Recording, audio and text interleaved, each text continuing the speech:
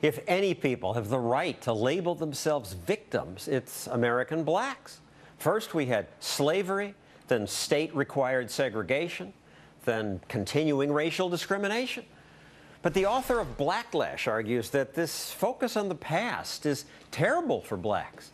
Deneen Borelli says blacks should stand up against destructive, progressive tyrants who promote victimhood. Destructive, progressive tyrants? Progressive policies are harming the black community. Our failing public schools, our unemployment is over 13%, over 40% among young black individuals. Yeah, they're victims. Stand up to these progressive policies that are not working. And I don't see them as victims. They're not victims. And that's the narrative that the left uses all the time to promote their big government agenda. They don't want to promote liberty, personal responsibility. They promote bigger government. They think government is the answer. You went to the NAACP annual meeting this summer. You heard a lot about victimhood. Throughout the entire meeting. Every speech? Well, listen, what I heard when I was there, it was an us versus them mentality. I didn't hear any solutions. I heard a lot of victimization, a lot of race card. The voter ID is racist. It's us versus them. If you were black, you don't stand a chance. And at that same NAACP conference where you were not allowed to speak, I should point out, Al Sharpton mocked people who say the election of President Obama means that America's past racism. Those that were saying that never was profiled in a department store. Those that were saying that was never pulled over on a highway. He has a point. A black man is more likely to be pulled over on the highway, profiled.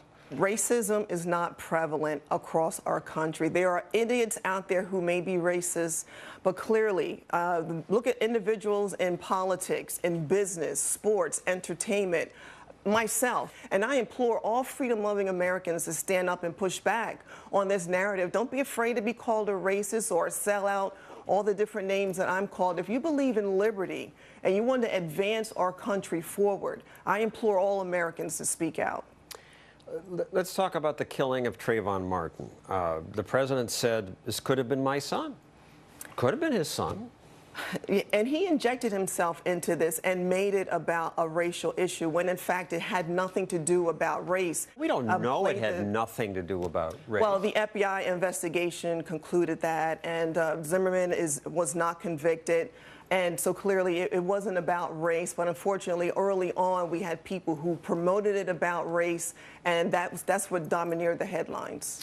And a producer at NBC, surprise, surprise, clearly had black victimhood in mind when he edited Zimmerman's call to 911. Here's the actual call. This guy looks like he's up to no good, or he's on drugs or something. It's raining and he's just walking around looking about. Okay, and this guy, is he white, black, or Hispanic? He looks black. The editor took out the dispatcher asking, is he white, black, Hispanic, which left just this. This guy looks like he's up to no good. He looks black. Now look, in television, you're looking to save time. We always make edits. Maybe he was just looking to save time. That was just very inappropriate and the wrong thing to do. And anything about race is emotional, and it drives the headlines. And early on with this case, with this investigation, it was always about race when, in fact, it wasn't. Haven't blacks been victims in America? Years ago, John, black individuals did not have access to education, housing, jobs. Times have changed, and we don't live in that era anymore. All right, let's talk about affirmative action. Given America's history of discrimination, it seems reasonable to me that whites should try to make amends, try to give a break to minorities who maybe didn't have the breaks that I had. So what's wrong with that? And Deneen, before you answer, let's bring in a white person who opposes affirmative action, Jennifer Gratz. She was denied admission to the University of Michigan, you say, because you are white. How do you know it was because of your race? Well, the University of Michigan and universities across the country are very proud of the fact that they use race in admissions to help some people and to hurt others. At the University of Michigan, when I applied... Well, they're not proud they hurt others. They just say they help some. Yes. When I applied to the University of Michigan, they had a point system in place. You needed 100 points to be accepted. A perfect ACT or SAT score earned an applicant 12 points. An outstanding essay earned an applicant 1 point. If you were Black, Hispanic, or Native American and applying to the University of Michigan, you were automatically awarded 20 points, more than a perfect ACT or SAT score. So it was very obvious how much of a factor race played. And so you sued over this and took it all the way to the Supreme Court, and you won. I did. But affirmative action still lives.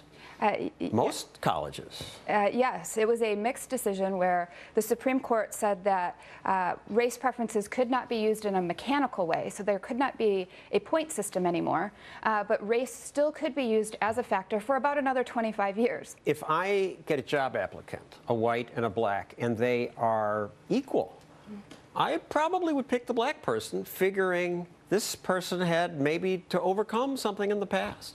What's wrong with that? Well, I think that our decision making should be colorblind. I think that first of all, the chances of there being... What about the history of discrimination and special privileges for us whites? Well, I don't know of any special privileges that I have right now. There are 3 unintended victims of these policies. There are the people who get a preference to get into college and don't need it, and so or to get a job and don't need it, and their credentials are then questioned. Well, let's talk about that, because you sent us this video of a conversation with a 16-year-old girl. She had top grades, perfect SAT scores, and she's against affirmative action. This causes racial tension and racial division, because then the white people are going to say, oh, but we don't get preferences, we don't get advantages, and so they're going to resent the minorities. I'm going to get extra points because of what I look like. And I resent that, because I don't want people looking at me and saying, well, maybe she just got in because of what she looks like and not because she's qualified. And I've heard that before, that how can you ever trust that this doctor deserves to be a doctor? Mm-hmm. If these policies didn't exist, we would know that the people who are in positions that hold our life in their hand are there because of their merit. The other victims, you say, are people who get the preferences and then don't do well in school. Correct. People who are qualified to get into a maybe second-tier school then are bumped up because of preferential treatment, and they get into a top-tier school, and then they don't do well, and they end up with a considerable amount of debt and student loans, and oftentimes they drop out. So now they've got debt, they don't have a degree, and they feel horrible. They don't feel successful, and we would be much better off having kids go where they're prepared to go, where their qualifications say that they are ready to go, and graduate and get a degree and feel like a success. And the third category is this message of victimhood. Yes, the race hustlers of the world, the Jesse Jacksons, the Al Sharptons. If you're told a victim, if you're told that you're a victim, you start to act like a victim. Exactly, right. Exactly. You act like a victim, you become a victim, and it becomes an us versus them type of mentality, which I know you talked about earlier. And to raise people's consciousness about affirmative action, I once ran a racist bake sale. Cupcakes for sale.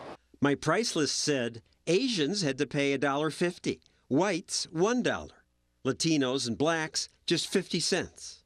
That's not right. You got to be out of your goddamn mind. Close down. That's stereotyping. It is Stereotyping. That's not right. But it is the same principle, right? Well, you got their attention. But let me just give you a quick example. And I should say, once we had a conversation, people were saying, oh, I hadn't thought of it that way. Frederick Douglass was born a slave. He escaped slavery. He's self-educated. He was involved in politics. He was an advisor to presidents. He disdained affirmative action and special treatment. And so if he is someone that can do it and be successful, anyone can with hard work. The bake sales, I think that they highlight the hypocrisy. You can't be for race preferences in college admissions, public contracting, public jobs, and then call what you did outrageous.